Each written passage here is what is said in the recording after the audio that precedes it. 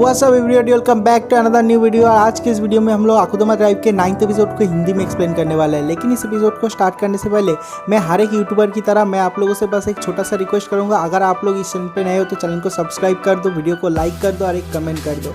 तो अभी और ज़्यादा टाइम वेस्ट ना करते आज के इस अमेजिंग एपिसोड को स्टार्ट करते हैं इस इंट्रो के बाद। I love everything. Fire spreading all around my room. My world's so bright, it's hard to breathe, but that's alright. Hush.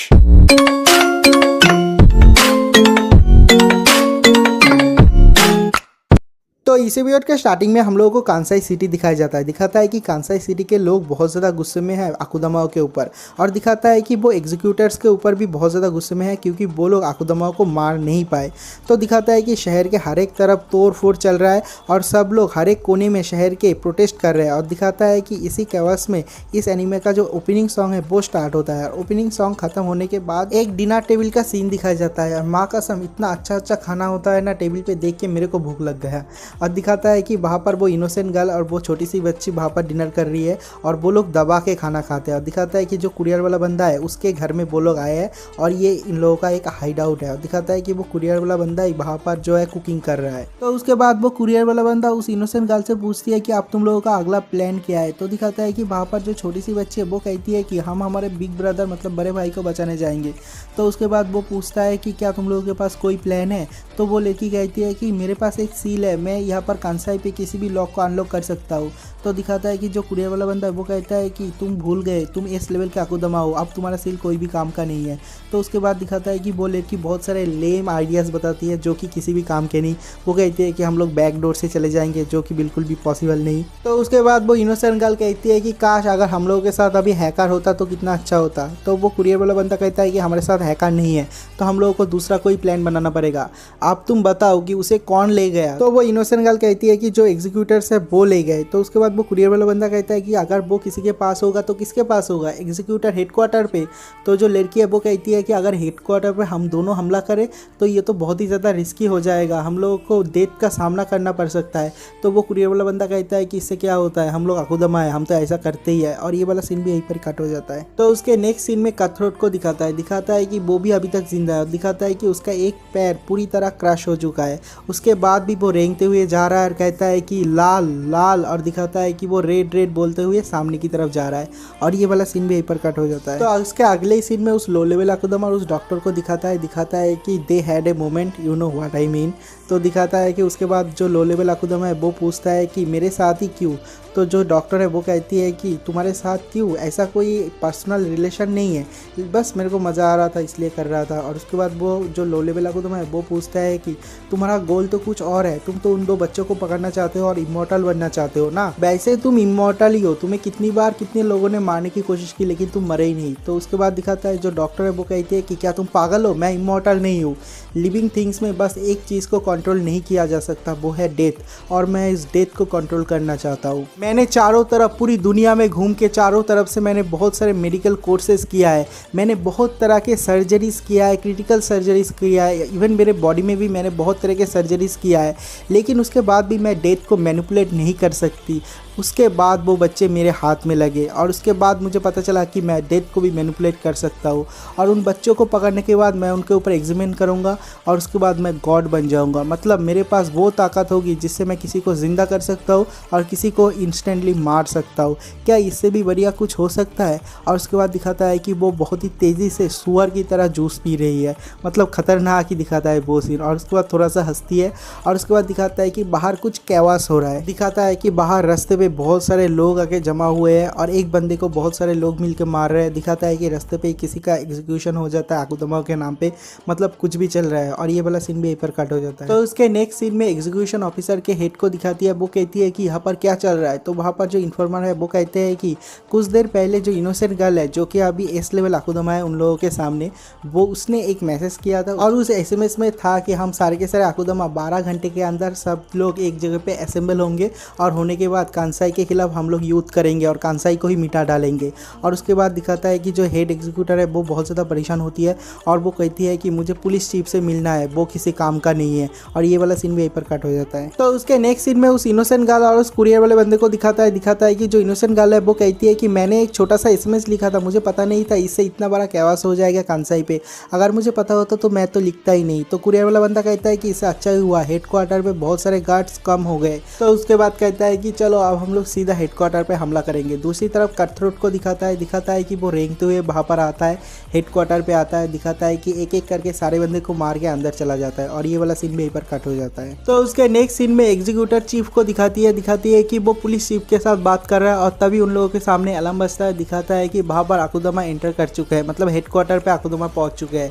और यहाँ पर दिखाता है कि जो कुरियर वाला बंदा है उसने एक एग्जीक्यूटर को नॉकआउट करके उसका सील चुरा लिया है और वहाँ से बहुत सारे इन्फॉर्मेशन निकाल लिया है। और उसे पता चलता है कि 30 मिनट के अंदर रूफ टॉप पे एक आने वाला है चॉपर, उस चॉपर में होगा वो छोटा सा बच्चा और उसे यहाँ से दूर कहीं भेज दिया जाएगा। और उसके बाद वो जो इनोसेंट गर्ल है वो कहती है कि चलो हम लोगों को जल्द से जल्द रूफ टॉप पे जाना पड़ेगा, हमें उसे बचाना पड़ेगा।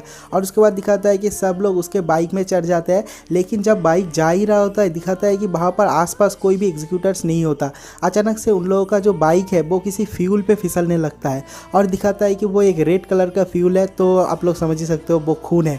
और उसके बाद दिखाता है कि वो लोग एक रूम में चले जाते हैं बाइक लेके। तो दिखाता है कि उस रूम में एक बहुत बड़ा पहाड़ है, दिखाता है कि वो डेड बॉडीज़ का पहाड़ है। दिखाता है कि उस डेड बॉडी के पहाड़ के ऊपर बैठा हुआ है कटथ्रोट और वो कहता है कि मैंने देखो सारे के सारे एग्जीक्यूटर को मार डाला, मैंने तुम लोगों के लिए रास्ता खाली कर दिया। और उसके बाद वो कहता है कि देखो चारों तरफ लाल है, कितना सुंदर है ना।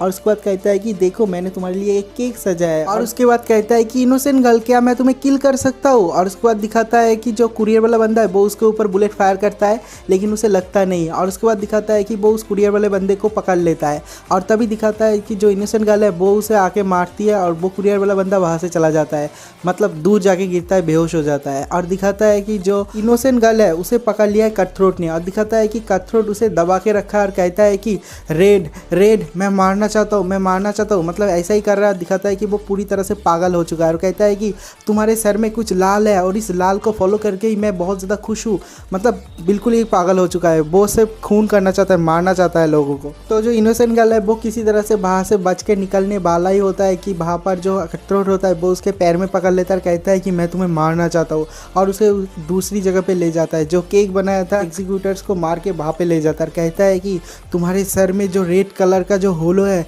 वो दिन ब दिन बढ़ते ही जा रहा है, मैंने पहले देखा था बहुत छोटा था और उसके बाद धीरे धीरे से बड़ा हो रहा है, मैं तो इस रेड हेलो को देख के ही पागल हो गया, मैं तुम्हें मारना चाहता हूँ, बहुत ही खतरनाक तरीके से मारना चाहता हूँ।